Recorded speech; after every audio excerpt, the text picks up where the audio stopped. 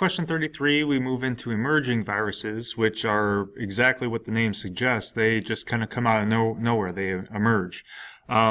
So how do they just suddenly emerge? Well, there's a couple different reasons that can contribute to their sudden emergence. The first, RNA viruses, they have a very, very high rate of mutation. And this is because there's no proofreader. We know in DNA that there's the proofreader that double checks, makes sure that everything is correct when it's been copied. RNA viruses do not have that. So as a result, the mutations occur at an accelerated rate, which is why we actually have the seasonal flu epidemics. You know, every winter you hear about a flu that breaks out and a couple people die, and that's because the flu is one of those RNA viruses that mutates. And why do they mutate? No proofreader. Second way that viruses can spring onto the scene, the spread of a virus from a small isolated human population. For example, outside world might not be aware that there's a virus within a small isolated human population. Obviously, these small populations of humans don't receive as much news attention because, well, who really cares about them? You know, it doesn't seem like they're really relevant to the whole grand scheme of things. But, you know, occasionally you have people enter into their community, maybe a reporter for some reason who ends up contracting something, or one of those people leave. This is how we actually kind of came to learn about AIDS. AIDS was around for decades and went completely unnoticed, and all of a sudden it became a big problem in the 1980s. The third is when diseases can spread from animals into humans, such as the swine flu. The swine flu came from pigs, hence why it's called swine flu. And this disease went unnoticed with pigs because the disease doesn't have any effect on the animals. The pigs were completely fine. But when we started consuming the pigs, the pork products specifically, people started to get sick. Without actually even realizing that the meat that they ate or seeing the pigs were completely fine. So those are a couple ways that viruses can emerge onto the scene. So in your outbreak video, you were asked to create a scenario regarding an outbreak or a pandemic, which would be a global epidemic. A global epidemic would be, simply put, many epidemics together, whereas there's some outbreaks going on, there's some spread of the virus, and a pandemic would be much, much more widespread than a simple cluster of people in a certain small enclosed area getting sick. For example, an epidemic might be the spread of a flu within, I don't know, maybe a state. Maybe Arizona catches a flu. A pandemic would be where that same flu is starting to affect people all over the world. And an example of that would be the swine flu, or H1N1, from 2009. Speaking of the H1N1, I know there's a question there. Actually, it looks like 34 is. H1N1, what does it mean? What does it refer to? Well, H1N1 refers to which forms of two types of viral surface proteins happen to be present in that particular flu. So the H stands for hemagglutinin, and the N stands for neuraminidase. There are 16 different types of H, and there are 9 different types of N. And also, there could be different viruses called H1N1. This just refers to which surface protein of H we have and which surface protein of N we have. There could be H1N5 or H5N2, and there could be several different types of the flu within that particular combination. Those are just speaking specifically to the surface proteins regarding the H and the N. This image is showing us a picture of the 1918 flu pandemic. This was also caused by H1N1. but it wasn't called the swine flu. It was known as the Spanish flu, so a little bit different. Once again, H1N1 is just referring to the surface proteins present. This pandemic killed about 40 million people. There are three types of influenza viruses. There's the type A, the type B, and the type C. Type A, those infect a variety of species and are the only ones that have caused pandemics. There's been 4 pandemics in the last 100 years. Types B and C infect only humans and have never caused a pandemic. Influenza A, H5N1 virus. This is bird flu, which was first passed to humans in 1997. This does not spread easily from human to human, but it does kill about 50% of those infected. The host species is expanding to include more species than just birds. It's called bird flu because that's how it was entered into the human population. And right here we're vaccinating some ducks because, well, why would it be good to maybe vaccinate some ducks? Well, maybe they would carry the bird flu, which could get people sick. So if we can prevent these animals from getting sick, well, then we can save human lives potentially. Why might a duck be a good species to target?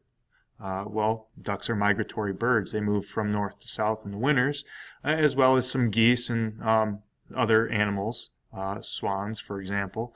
So if we can vaccinate these animals, or at least some of them, well, hopefully that will save on some of the spread of disease. So moving into viral diseases in plants, there's over 2,000 types of viral diseases, and they have caused an annual loss of $15 billion, which is a tremendous amount of cash crop, especially for those farmers. So this would be a thing that they would be very highly interested in, the farmers, and in reducing, I'm sure, especially if that's their income. So let's take a look at a few examples of viral diseases.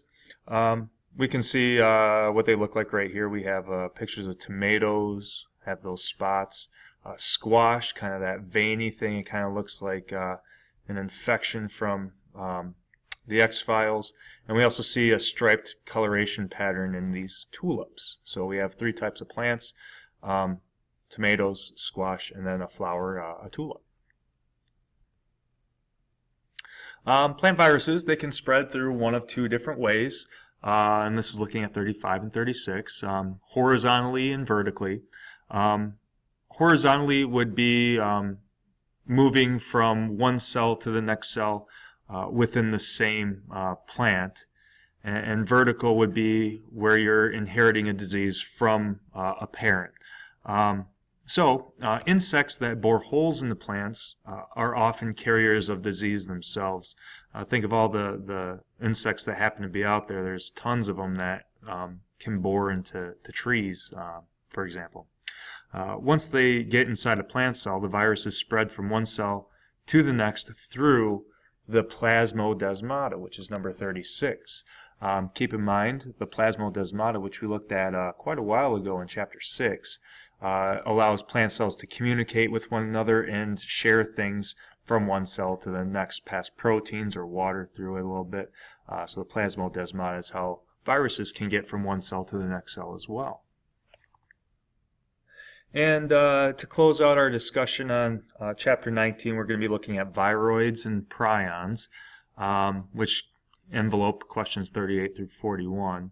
Viroids are circular RNA molecules that infect plants and disrupt their growth. And when you see the word circular RNA, I want you to think of it just like that. It's a circle, and it's made up of RNA. But they infect plants, they disrupt their growth. An example of this is Kadang, spelled with a C, C-A, dang, dash, C-A, dang. This is only a few hundred nucleotides long, but it does illustrate the damage that a small molecule can do. Kadang has killed more than 10 million coconut palms in the Philippines. So that's quite devastating to that particular region. So prions, these are infectious proteins. Diseases include scrapie in sheep and mad cow disease. Prions, they're transmitted through infected food, which you might know about a little bit about from the mad cow disease. Two alarming features are the slow gestation period, which can take up to 10 years before symptoms actually occur, allowing for the disease to spread all the while. So we could be getting a mad cow disease outbreak that's 10 years in the making, and then it gets to the scene and holy crap, now what? The second is that prions are indestructible and cannot be destroyed even by thorough heating of the meat, which is pretty scary if you like a hamburger. You can catch a prion and then you are stuck with it and you can't get rid of it. Keep in mind, prions are proteins. So if you like to heat up your hamburgers, make sure you don't get sick. You're not going to get rid of the prion. Prions are proteins that have a skewed shape to them. They're not shaped properly, meaning that they don't function properly. The problem about them, one of the things that's a problem about them anyways, is they cause the normal proteins around them to take on the misshaped shape. So they actually cause functional proteins to become non-functional, which kind of spreads the problem. As the proteins that become misshapen take on that skewed shape, they kind of tack on to the end of the prion that caused the disease to begin with. And you'll see a picture of this on the next slide so you can kind of get what I'm going for here. What we get is a building chain of these prions. This model was that I'm describing was first brought to the public eye in the 1980s by Stanley Prusiner, but he was greeted with great skepticism, which isn't a bad thing in science. You want there to be skeptics because skeptics question everything you do, which ultimately causes you to work harder to prove your point and prove that you're right. So skepticism, where it's typically taken as a bad thing, in science it's actually a good thing.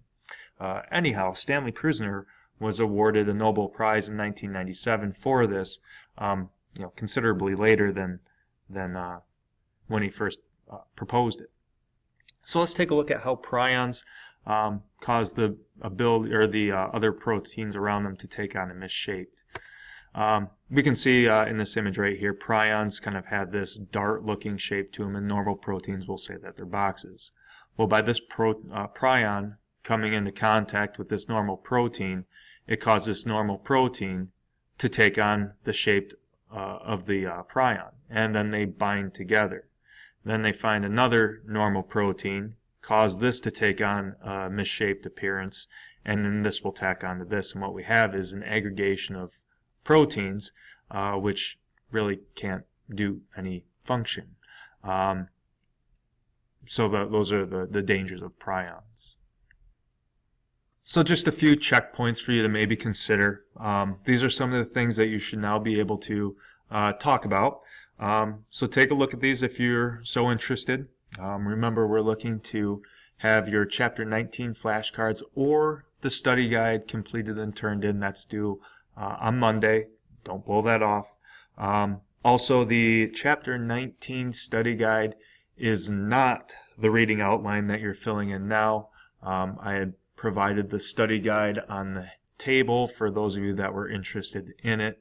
And if you are still interested in that study guide but you don't have it, email me and I can attach it and send it to you. Just make sure you get a hold of me sooner rather than later, considering it's due on Monday. All right, guys. I'll talk to you later.